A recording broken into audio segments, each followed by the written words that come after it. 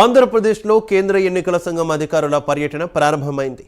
2 రోజుల పాటు ఈసీ అధికారులు రాష్ట్ర పాలనా యంత్రాంగంతో సమావేశమవుతారు. నేడు రేపు సీఈఓ, సీఎస్, డీజీపీ, కలెక్టర్లు, ఎస్పీలతో ఈసీ బృందం భేటీ కానుంది. 2024 ఓటర్ల జాబితా ఖరారుపై ఈసీ అధికారులు సమీక్షించనున్నారు.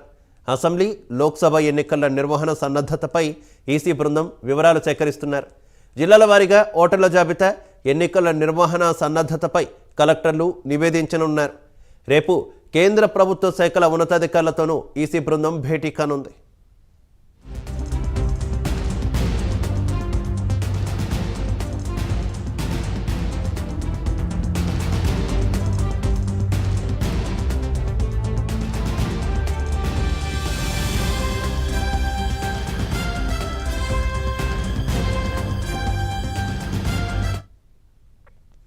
ఆంధ్రప్రదేశ్లో కేంద్ర ఎన్నికల సంఘం అధికారుల బృందం పర్యటిస్తుంది. అసెంబ్లీ అలాగే పార్లమెంట్ ఎన్నికల సన్నద్ధతకు సంబంధించి అధికారులతో వారు చర్చలు జరుపుతున్నట్టు తెలుస్తోంది. ఇక ఇదే విషయానికి సంబంధించి మరింత సమాచారం మా కరెస్పాండెంట్ రాజేష్ లైవ్ ద్వారా అందిస్తారు. రాజేష్. శివ, ఆంధ్రప్రదేశ్లో 2 రోజుల పాటు కేంద్ర ఎన్నికల సంఘం పర్యటన అయితే మొదలైందని చెప్పుకోవచ్చు. ఇవాళ ఉదయం కూడా సమీక్షలను స్టార్ట్ చేసింది. ప్రధానంగా 2024 ఎన్నికలకు సంబంధించి, అలాగే ఆంధ్రప్రదేశ్లో సాధారణ ఎన్నికలతో పాటు దేశవ్యాప్తంగా కూడా పార్లమెంట్ ఎన్నికలు కూడా జరగనున్న నేపథ్యంలో ఆంధ్రప్రదేశ్ రాష్ట్రంలో ఎన్నికలకు సంబంధించి ఏర్పాట్లు కావచ్చు, అలాగే పరిశీలనలకు సంబంధించి కూడా పూర్తి స్థాయిలో 2 రోజుల పాటు రివ్యూ అయితే చేయనున్నారని చెప్పుకోవచ్చు. ప్రస్తుతం మనం నోవోటెల్ హోటల్ దగ్గర ఉన్నాం. విజయవాడలోని నోవోటెల్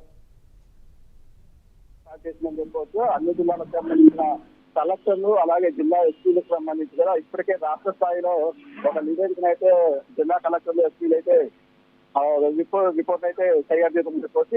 రాష్ట్ర ఎన్నికల సంఘానికి ఇప్పటికే దాన్ని అందించినట్టు తెలుస్తుంది. మొత్తం 2 రోజుల పాటు ఈ పర్యటనలు అయితే ఉన్నాయని చెప్పవచ్చు. ఇవాళ అయితే సిఇఓ, సిఎస్, డీజీపీ, కలెక్టర్, ఎస్పీలతో ఈసీ బృందం అనేది కొద్దిసేపటి క్రితమే మీటింగ్ అయితే పెట్టడం జరిగింది. 2024 ప్రధానంగా ఎన్నికలకు సంబంధించి కావచ్చు, అలాగే ఓటర్ల జాబితా రూపకల్పన మీద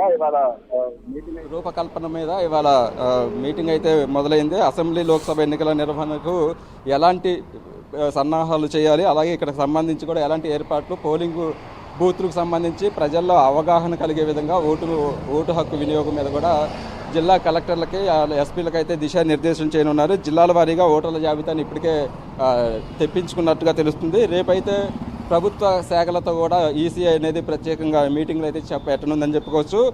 ప్రధానంగా 2 రోజుల పాటు కూడా ఈ సమీక్షలు అయితే ప్రారంభించారు. 2024 ఓటర్ల జాబితాకు సంబంధించి ఇవాళ ఈసీ బృందం అనేది ప్రత్యేకంగా ఒక్కొక్క జిల్లాకు సంబంధించి కలెక్టర్తో 15 నిమిషాల పాటు కూడా ప్రజెంటేషన్ ఇవ్వనున్నారు. పూర్తి స్థాయిలో అయితే అటు రాజకీయ పార్టీలు ఇప్పటికే డబల్ ఓటర్లకు సంబంధించి కావచ్చు, రాజకీయ పార్టీలు అయితే ఫిర్యాదులు చేసుకుని ఢిల్లీ స్థాయిలో కూడా కేంద్ర ఎన్నికల సంఘానికి, అటు వైసీపీ, టీడీపీ 2 పార్టీలు కూడా అక్రమంగా ఓట్లు తొలగిస్తున్నారు, అలాగే తమ సానుభూతి పరులు ఓట్లు తొలగిస్తున్నారు అంటూ కూడా ఇప్పటికే కంప్లైంట్ చేసుకున్న దాని మీద కూడా పూర్తి స్థాయిలో కేంద్ర ఎన్నికల సంఘం అయితే దృష్టి పెట్టనుంది. ఏదైతే ఓటర్ల జాబితాలో తప్పులు కావచ్చు, అలాగే తొలగింపులకు సంబంధించి పూర్తి కొత్త ఓటర్ల లిస్టును కూడా జనవరిలో అనౌన్స్ చేసే విధంగా కూడా అటు అధికారులకు అయితే దిశానిర్దేశం చేయనున్నారు. అలాగే మరికొన్ని రాజకీయ పార్టీలకు కూడా రేపు అపాయింట్మెంట్ ఇచ్చినట్టుగా తెలుస్తుంది. ఆ రాజకీయ పార్టీకి సంబంధించి కూడా ప్రజెంటేషన్ ఎలా ఉండాలి, అలాగే కొన్ని ప్రజా సంఘాలు కావచ్చు, ఎన్నికల ఓటింగ్ సంబంధించి కొన్ని మార్పులు చేర్పులకు సంబంధించి కూడా కొన్ని ప్రత్యేక సమావేశాలు అయితే జరగనున్నాయని చెప్పుకోవచ్చు. ప్రధానంగా ఈ ఎన్నికల కమిటీకి సంబంధించి కూడా కేంద్ర ఎన్నికల సంఘం బృందంలో సీనియర్ డిప్యూటీ ఎన్నికల కమిషనర్లు ధర్మేంద్ర శర్మ, నితీష్ కుమార్ వ్యాస్, డిప్యూటీ ఎన్నికల కమిషనర్లు ఆర్కే గుప్తా, హిర్దోష్ కుమార్, అజయ్ బాద్, ఈ 6 కూడా ఇందులో బృందంలో ఉన్నారు. టోటల్గా సంబంధించి ఎన్నికల కమిషన్కి సంబంధించి 6 నేతృత్వంలో 2 రోజుల పాటు పర్యటనలు అయితే కొనసాగనున్నాయి. దాని తర్వాత కూడా ఎన్నికల షెడ్యూల్ కూడా ఎప్పుడు పెట్టేది, ఎలాంటి ఏర్పాట్లు చేసేది కూడా ప్రకటించే అవకాశం ఉన్నట్టుగా తెలుస్తుంది. సో ఆంధ్రప్రదేశ్లో 2024 ఎన్నికల హడావిడి అయితే మొదలైందని చెప్పుకోవచ్చు. ఎన్నికల ఈసీ సమీక్ష తర్వాత ఒక పూర్తి క్లారిటీ వచ్చే అవకాశం ఉంది. Shiva. Okay Rajesh, thank you. One aspect of transparency which has been maintained. Apart from that, all the complaints which have been received in last 4 or 5 months, everything, almost 99% have been brought to a logical answer.